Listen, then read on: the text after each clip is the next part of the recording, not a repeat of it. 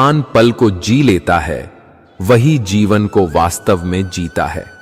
वर्तमान में ठहरना सीखना ही ध्यान का सार है और ध्यान का सार ही मुक्ति है। अच्छे लोगों की परीक्षा इसलिए नहीं होती कि उन्हें कमजोर किया जाए, परीक्षा इसलिए होती है ताकि वह अपने भीतर छुपी उस ताकत को पहचाने जो सामान्य परिस्थितियों में कभी बाहर नहीं आती। अग्नि में तपे बिना सोना अपनी असली चमक नहीं दिखा सकता और एक सच्चा इंसान भी तब तक पूर्ण नहीं होता जब तक वह अपने ही दर्द में से नई आशा को जन्म न दे। हर चोट, हर धोखा, हर तिरस्कार, यह सब एक प्रक्रिया है। इन सब से गुजरने के बाद आत्मा जिस स्तर पर पहुंचती है वहां उसे न कोई छोटा लगता है न कोई बड़ा। वह सबको एक दृष्टि से देखती है, करुणा से, और यही करुणा ही उसका सबसे बड़ा वरदान होती है। जब मन में सवाल उठकर जिंदगी जाती है, जिंदगी में सब कुछ किसी वजह से होता है, गलत होता है, ताकि हम सही की कीमत जान सकें। अगर तुम अपने डर पर काबू पालोगे तो तुम्हें दुनिया की कोई भी शक्ति रोक नहीं पाएगी, लेकिन अगर तुम अपने डर से भागते रहोगे तो वह तुम्हें हमेशा नियंत्रित करता रहेगा। सच्चा बल वही है जो भय से परे होता है। जिस व्यक्ति की सोच स्थिर होती है उसकी दिशा भी स्पष्ट होती है, लेकिन जब विचार बिखरे होते हैं तो इंसान अपने ही निर्णयों पर शक करने लगता है। जो खुद को पहचान लेता है वह जीवन के हर मोड़ पर सही रास्ता चुन सकता है। अगर तुम हर छोटी चीज पर उलझते रहोगे तो बड़े लक्ष्यों को कैसे पा सकोगे? अपने भीतर की आवाज को सुनो, वही तुम्हारा सबसे अच्छा मार्गदर्शक है। अगर तुम्हारी खुशी किसी और की मान्यता पर निर्भर है तो तुम कभी वास्तविक आनंद नहीं पा सकोगे। बाहरी दुनिया की स्वीकृति के बिना भी अगर तुम अपने भीतर संतुष्ट हो तो यही सच्ची सफलता है। इस समुद्र के शांत होने का इंतजार करने का समय नहीं होता। जीवन में सफलता का कोई शॉर्टकट नहीं, केवल परिश्रम और समर्पण से ही सपने साकार होते हैं। हर व्यक्ति के जीवन में कुछ खास क्षण आते हैं जब उसे अपना रास्ता चुनना पड़ता है। हमें अपनी आंतरिक शक्ति और विश्वास को पहचानना चाहिए ताकि सही निर्णय ले सकें। जीवन की हर घटना एक विशेष कारण समझकर सकारात्मक रूप से सामना करना चाहिए ताकि उनसे सीख सकें। जो अपनी समस्याओं को स्वीकार करते हैं और समाधान ढूंढते हैं वे हर मुसीबत को जल्दी पार कर लेते हैं। कर्म का सिद्धांत सरल है, जैसा आप देंगे वैसा ही आपको मिलेगा। यदि आप ब्रह्मांड को सकारात्मक ऊर्जा देंगे तो आपको सकारात्मक ऊर्जा ही मिलेगी। जीवन का एकमात्र नियम है, यहां गिरना भी स्वयं है और संभलना भी स्वयं। सुख, दुख और बारिश यही जीवन के रंग हैं। इनके बिना जीवन बेरंग है। बचपन में सोचते थे कि बड़े होकर अपने हिसाब से जिएंगे, पर अब उस ख्याल पर हंसी आती है। एक दूसरे के लिए जीना ही जीवन है, इसलिए हमेशा उन्हें समय दें जो आपको दिल से चाहते हैं। लोग आसपास होंगे पर दुख में कोई साथ नहीं देता। मदद करने वाले दूर खड़े रहते हैं और कई बार हम दुख में स्वयं को अकेला पाते हैं। लेकिन यह सोचना पूरी तरह सही नहीं। ईश्वर की शक्ति हमारे आसपास है, हमारे साथ है, बस उसे पहचानने की आवश्यकता है। कुछ फुर्सत के पल निकालकर उन्हें दिल से याद करें, वे अवश्य मदद करते हैं। जब दुखों से हार जाएं तो घबराने से कुछ नहीं होगा। आपका जीवन इतना संघर्षमय इसलिए है क्योंकि प्रभु ने आपको इतनी क्षमता दी है कि आप हर कष्ट, हर दर्द और हर विपरीत परिस्थिति को सहन कर सकते हैं। जो न टूटे वह खरा सोना बनकर निकलता है, ऐसे हैं आप। जो व्यक्ति भावनाओं को समझता है वही असली भी दूर भागता है। हार को स्वीकार कर उससे सीख लेना ही सच्ची बौद्धिकता है। श्री कृष्ण कहते हैं, कभी यह मत सोचो कि तुम्हारा प्रयास व्यर्थ जा रहा है, क्योंकि प्रकृति में कुछ भी व्यर्थ नहीं होता। बीज को भी अंधेरे में रहकर ही वृक्ष बनना पड़ता है। तुम्हारे जीवन का हर संघर्ष तुम्हें भीतर से विशाल बना रहा है, भले ही बाहर से तुम अब भी साधारण दिखाई दो। जो अपने कर्म में सच्चा रहता है उसे देर से सही पर न्याय अवश्य मिलता है। इसलिए मन को शांत रखो और कदमों को अडिग, क्योंकि जब तुम स्वयं से जुड़ जाते हो तब कोई भी शक्ति तुम्हें तुम्हारे मार्ग से हटा नहीं सकती। श्री कृष्ण कहते हैं, मनुष्य अक्सर बाहर सहारा ढूंढता है, जबकि वास्तविक शक्ति उसके भीतर ही सोई होती है।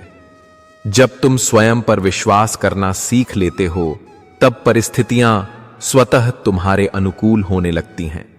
जीवन की हर चुनौती तुम्हें यह याद दिलाने आती है कि तुम जितना सोचते हो उससे कहीं अधिक सामर्थ्यवान हो। इसलिए हो सकता, क्योंकि फल हमेशा अनिश्चित है। आज मिला कल छिन भी सकता है। अगर हमारी खुशी उपलब्धियों पर टिकी है तो वह भी उपलब्धियों जितनी ही अस्थायी होगी। इसलिए सफलता मिलने के बाद भी मन कहता है कुछ कमी है। असल समस्या सफलता में नहीं है, समस्या उसके साथ जुड़ी अपेक्षा में है। हम सफलता को शांति का स्रोत मान लेते हैं, जबकि वह केवल बाहरी स्थिति बदलती है, मन की स्थिति नहीं। मन को अगर तुलना की आदत पड़ गई है तो वह हर उपलब्धि के बाद भी किसी और से खुद को कम या ज्यादा आंकता रहेगा। और जहां तुलना है वहां संतोष कैसे आए?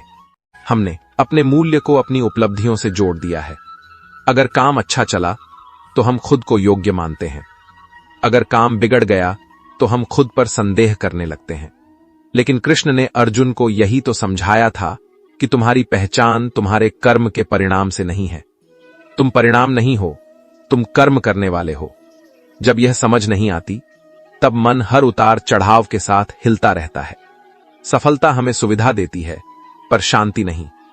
सुविधा से जीवन आसान हो सकता है लेकिन अर्थपूर्ण नहीं। कई लोग बड़े पद पर पहुंच जाते हैं लेकिन अपने भीतर झांकने का समय नहीं निकाल पाते।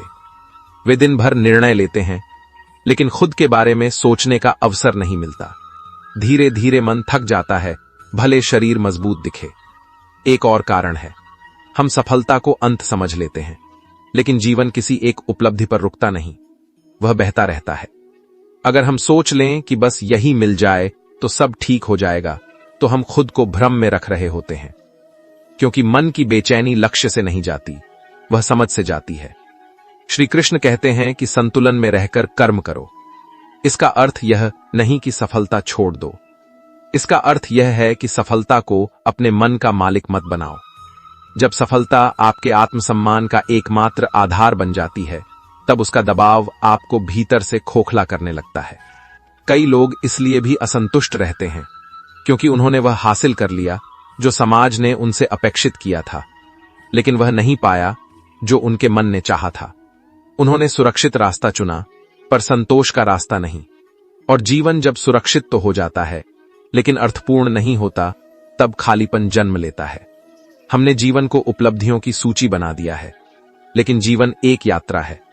अगर इस या होता है, क्या हर देरी केवल रुकावट होती है या कभी कभी वह हमें किसी गहरे सत्य की ओर ले जा रही होती है? आज की चर्चा इसी प्रश्न के इर्द गिर्द घूमेगी, जहां हम यह समझने का प्रयास करेंगे कि सही रास्ते पर होने के बावजूद जीवन के रुक जाने का अर्थ वास्तव में क्या है। मित्रों, हम एक ऐसे समय में जी रहे हैं जहां धैर्य सबसे कमजोर होता जा रहा है। हमारी आदत बन चुकी है कि हर चीज तुरंत मिल जाए। मेहनत की शुरुआत होते ही हम परिणाम की प्रतीक्षा करने लगते हैं। जैसे ही थोड़ा विलंब होता है, हमें लगता है कि कुछ गलत हो रहा है। यही अधीरता आज के जीवन का सबसे बड़ा तनाव बन गई है। आज पैसा जल्दी चाहिए, पहचान जल्दी चाहिए और समाधान तो तुरंत चाहिए। इंतजार अब हमें बोझ लगता है। लेकिन समस्या यह नहीं है कि हम परिणाम चाहते हैं। समस्या यह है कि हम प्रक्रिया को सहन नहीं कर पाते। हम उस रास्ते को देखना ही नहीं चाहते जिससे होकर मंजिल तक पहुंचा जाता है। हमें केवल अंत चाहिए, बीच का सफर नहीं।